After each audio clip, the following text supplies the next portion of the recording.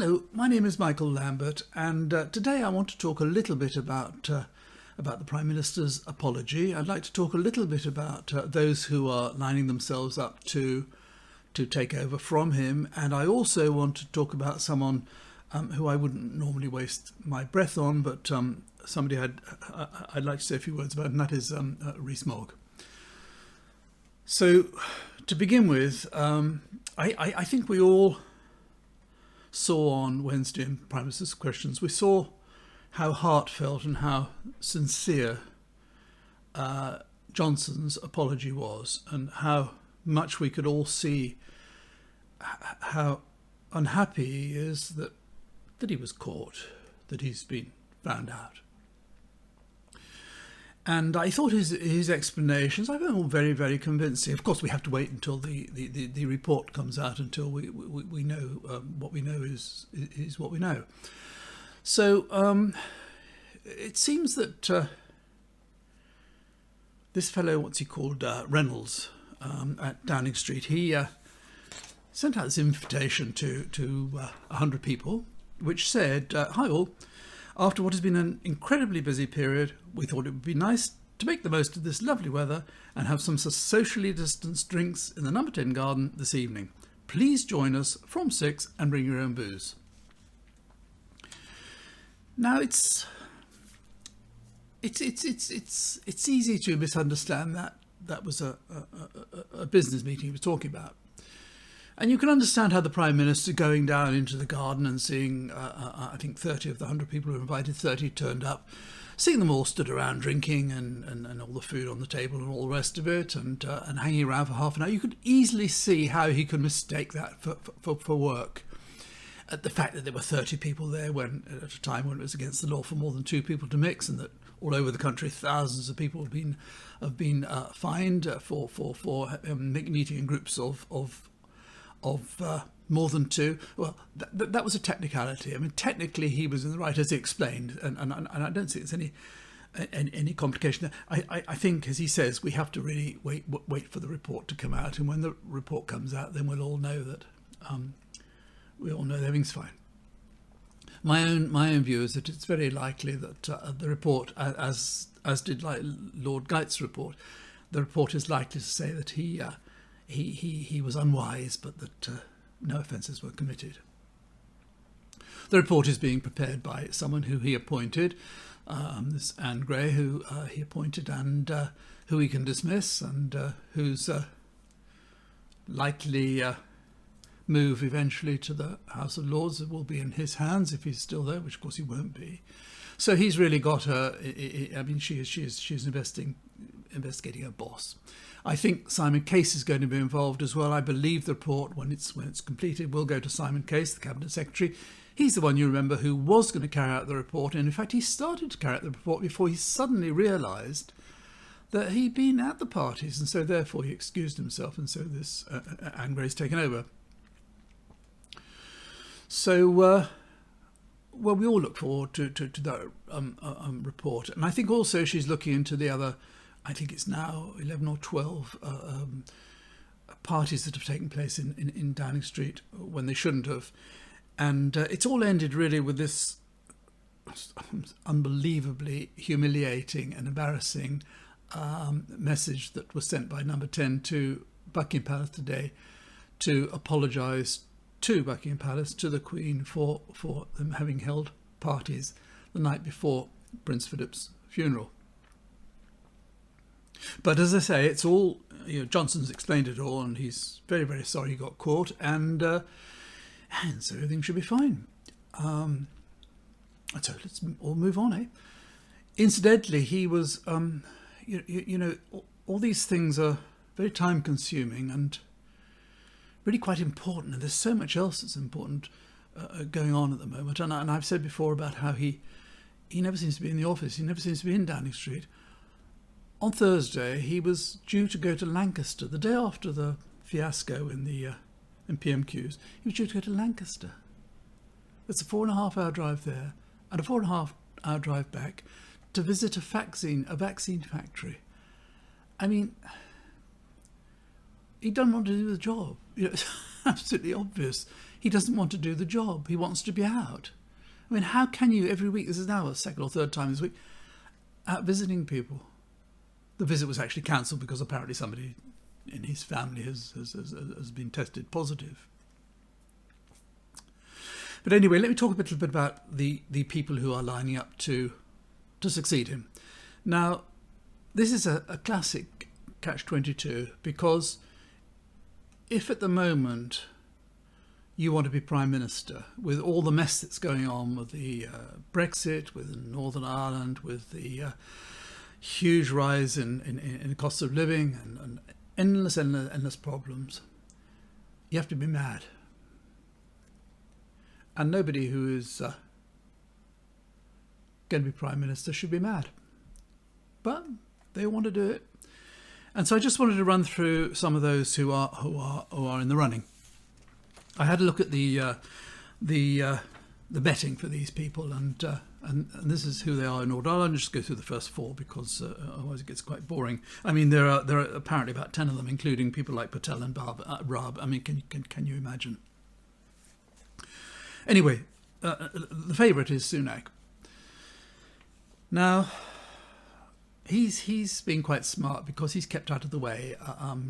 When Prime Minister's question was on, he was in Ilfracombe in North Devon. What happens in Ilfracombe in North Devon, I have no idea. That requires the Chancellor of Exchequer to go there. But anyway, he was there, and he said very little. And I think his support of Johnson, you know, all the ministers after his PMQ's performance, all the ministers, each one of them had to actually tweet saying how much they supported him and so on. And I think Sunak was right to the very end. So he's keeping his distance, because he's obviously preparing to become Prime Minister. Now, I don't know a great deal about Sunak, apart from the fact he's very rich and he's been very successful in the city before becoming a politician. He's married to a woman who's immensely rich. I don't think that should be held against him. I don't know of anything really. I don't think he's got any. I don't know of anything that he's done or anything he believes that should count against him. I mean, with the possible exception of the eat out to spread out fiasco. He seems to have managed the economy as best anybody could in the circumstances. He's been able to give away a lot of money, which has made himself very, very, very popular. I think as he's going to have to raise taxes during the next few months and years, he'll become less popular, or whoever his chancellor will be. But I think as Prime Minister, he's probably quite competent. He's probably quite clever, and would probably do a decent job. And I think he's perfectly honest. And he's obviously not somebody who's going to be corrupted, because he doesn't need the money. So I would have thought he's got a good chance. But there is a problem with him, and that is that the way it works is that the Tory MPs select or elect two people to go through for election by the general Tory membership throughout the country, 150, 200,000 people. And they all get to pick from the two who are put forward by the MPs. And I have a feeling that there are an awful lot of, we know how xenophobic so many of these hard Tories are, Tory members, and they all voted to stop immigration because they don't like immigrants. And I have a feeling that a lot of them are going to find it difficult to vote for somebody, for an Indian to be Prime Minister. I mean, they're still talking, a lot of them, about how we used to rule India and how we still should, and so on. And the idea, I think, of someone from India or someone from Indian heritage being Prime Minister is going to be very, very tough for quite a lot of these people to accept. But we'll see. The second favourite is, and this is almost beyond belief, is Liz Truss. Now, you don't know where to start with her. I mean, she's just so hopeless. It's just so pathetic. I mean, it's just ridiculous. The very idea of a woman. You know, if you went into B&Q and she served you, you wouldn't think there was anything odd about it. I mean, she just says, this is a woman who has, I don't mean to say anything rude about staff in B&Q, they're all wonderful. But what I mean to say is, she doesn't give you any impression that she's clever or that she's smart or that she's witty. She's no charisma, she's no charm, she has no gravitas. Can you imagine her as Prime Minister, Liz Truss, confronting Xi Jinping or Vladimir Putin or Jair Bolsonaro? I mean, it's just an airhead. Now, when she was at Oxford, she was the president of the Oxford Liberal Democrats. So she was a Liberal Democrat. And then she left Oxford and she changed her mind. She decided to become a Conservative. And very famously, when it came to the referendum, she was one of the strongest Remainers. And she went all over the country campaigning to remain. She thought, we must remain in the EU. And I just want to read you one or two quotes that came from her campaigning. These are actual quotes from Liz Truss while she was campaigning. All about 2016. I am backing Remain as I believe it is in Britain's economic interest and means we can focus on the vital economic and social reform at home. Then she said, Leave cannot name one country we would get a better trade deal with if we left the EU. She should know now. She spent a whole year, first as International Trade Secretary and now as Foreign Secretary, trying to get a deal, trying to get deals all over the world. And what she got? One miserable deal with Australia, which is much worse much worse for us than it is for them. A deal they're laughing about. EU membership brings economic security, peace and stability. And get this one. I don't want my daughters to grow up in a world where they need a visa or permit to work in Europe, or where they are hampered from growing a business because of extortionate call costs and barriers to trade. Every parent wants their children to grow up in a healthy environment with clean water, that's as opposed to water where all the sewage is dumped, fresh air and thriving natural wonders. Being part of the EU helps protect these precious resources and spaces. Now, I presume now that she's an ardent believer in Brexit, that she doesn't care about her children's future. She doesn't care about whether they can do anything in Europe or not. She doesn't care about clean water and all the rest of it. In other words, she's just flipped around, like 9 out of 20 of the cabinet, flipped around from being a Leaver to a Remainer. A Remainer to a Leaver. And when she took on Lord Gormless's portfolio in dealing with the EU as the EU trade negotiator, first thing she said was she wouldn't hesitate to invoke Article 16. In other words, she wants the EU to know that she's going to be just as hostile and just as aggressive and just as unpleasant as this fool who left Lord Gormless. I mean, this is a woman who's so just pathetic, really. She's a woman who's obsessed with having her photograph taken. If you'd followed her last year on Twitter, I mean, almost every other day there's a picture of her with Union Jacks all over the place, signing a memorandum of agreement with somebody in I don't know, in Ghana or something, or a rollover trade deal with somebody in Guatemala or something. And it was just all about her picture all the time. And there's even one with her, she's holding her phone upside down with the wire coming out of her ear.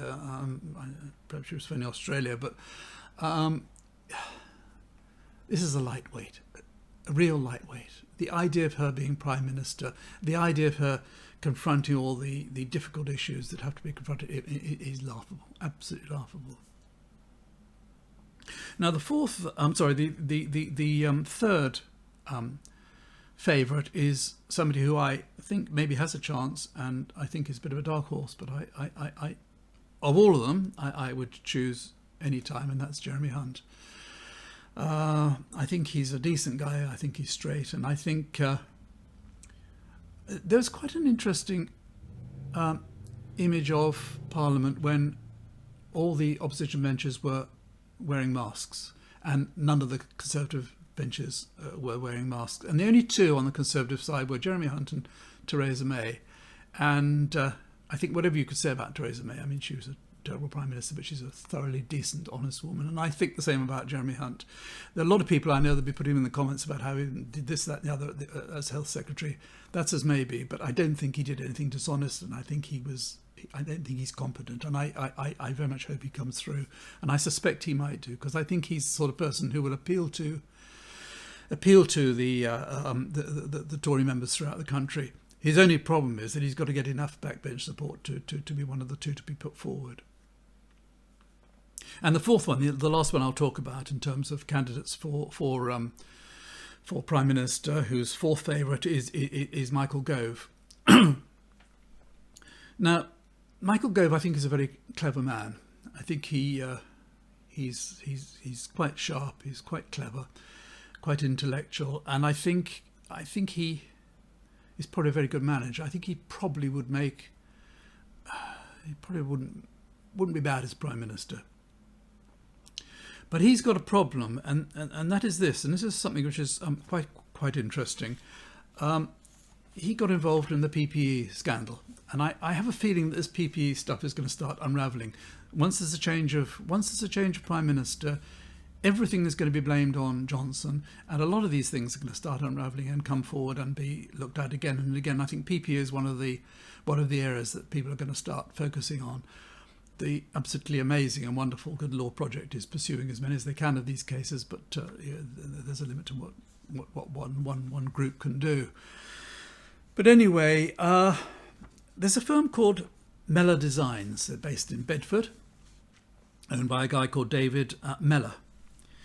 And they gave £60,000 to the Tory party, and they gave £3,250 to Michael Gove to help his election and so on.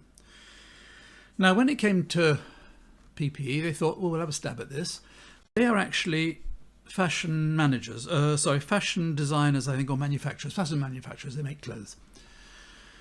And so they put in a bid, but they asked Michael Gove to put it in for him, and he very kindly obliged, and he put in this bid, and they got some contracts. They got contracts to the value of £164 million.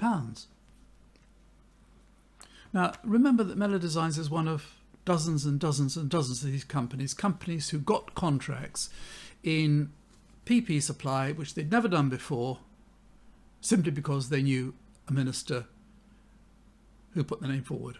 And at the same time, hundreds of firms who were experienced in supplying PPE, who had stock, who were able to supply, were all ignored. Now, I had a look at the accounts of Mellor Design. It's very, very interesting. In 2019, that's the year before the pandemic, they had sales of 12.8 million and they made a profit of £182,000. Reasonable profit. In the year in which they supplied the PPE, their turnover went from 12.8 million to 170 million. Their profit went from £182,000 to £16.372 million. In other words, this company, just because they knew Michael Gove and had given him some money and he was prepared to put their name forward, made £16,372,000. That's not right. That's corruption. And I have a pretty good idea that that's going to come up once Gove starts campaigning to be leader. I think it's extremely likely that's going to come up and will not do him any good. So anyway, those are the favourites. As I say, there are all sorts of others, such as Patel and Raab and so on, who think they'd have a go. It's not a great selection to choose from, but we'll see. Now, I wanted to finish off by talking a little bit about Rees Mogg, because as I say, I've never previously wanted to waste my breath on such a character, but he was on Newsnight the other night, and I thought that prompted me to say a few things about him. This man, for me, he personifies what I think is one of the worst characteristics anybody can have, worst personality defects that anyone can have, and that is smugness. This man is smug, self-satisfied, patronising, condescending, pretentious, but he is above all so smug. And I think whereas he's been able to get away with this ridiculous persona he's created for himself. You know, the oversized, ill-fitting, double-breasted Oxfam suits that he likes to wear, and this faux and politeness and so on that is so silly and unctuous. I'll tell you a bit about him. He grew up in quite a wealthy family. His father was the editor of the Times. Now, in those days when he was growing up, the Times newspaper was a very, very important organ in the whole country. You know, they used to have an advertising slogan: "Top people read the Times." And indeed, I mean, top people read the Times. Everybody who was anybody read the Times, because that was the most authoritative and most respected newspaper in the country. Now, as editor of the Times, Rees Mogg would have met, or his father would have met, everybody. All the senior politicians, senior businessmen, visiting dignitaries from all over the world. He'd have met everybody. And everybody wanted to meet him. And consequently, Jacob Rees-Mogg would have met all these people as well. So by the time he was ready to start in business, he knew everybody. And that is such an advantage, such a huge advantage. Not only was he wealthy, but he could contact anybody he needed to. So to start a business in those circumstances where you know everybody is not as difficult as having to start absolutely from scratch, or even if you've got limited contacts and so on. So he has started with such huge advantages. He also had the advantage of going to Eton, and then he went to Oxford, where he studied history, and almost inevitably he's been successful. He's made a lot of money. He's married a woman who's extremely wealthy and due to inherit somewhere between 50 and 150 million pounds, whatever. But I mean, he's very, very wealthy. But this is a man, he's quite interesting as much as he clearly believes he's very clever. Now, cleverness can be cleverness in having a lot of information in your brain, knowing a lot of stuff. Or cleverness can be being smart, being intellectual. And this man, despite the fact that he would never accept it, and he likes to think he's an intellectual, he's not. He's a fool. Well-educated, privileged, rich fool. And he behaves that way. I mean, he behaves as though he's superior. He's convinced himself he's superior, and he continually demonstrates his foolishness. Just to mention one or two examples that are well known, he said that the people who died in the tower in Grenfell hadn't got the common sense to disobey their instructions given by the fire brigade. The fire brigade told them to stay where they were. He said if he'd been there, because he has superior common sense, he would have just ignored them and left. He said when, again, going back to the masks in the Commons, when no one on the Conservative benches were wearing masks, he said they didn't need to wear masks because they were all friends. You remember that image of him laying on the front bench quite a long time ago when somebody else was speaking, demonstrating his contempt for anybody else. And then he made the remark about the fishes, didn't he? He said that now that we left the EU, the fish were much happier. And everything about it, these remarks are so childish, so banal, and so pathetic. There was another one. Oh yes, that's right. That's what made me think of mentioning him. On Newsnight on a couple of nights ago, he was talking about the leader of the Scottish Conservatives, Douglas Ross, who had said that he thought Johnson should resign. And of course, Rees Mogg was there trying to defend Johnson and was saying what a wonderful job he'd done and all the rest of it. And he described the leader of the Scottish Tories as a lightweight. And for such a lightweight to describe somebody else as a lightweight is a bit of a joke anyway.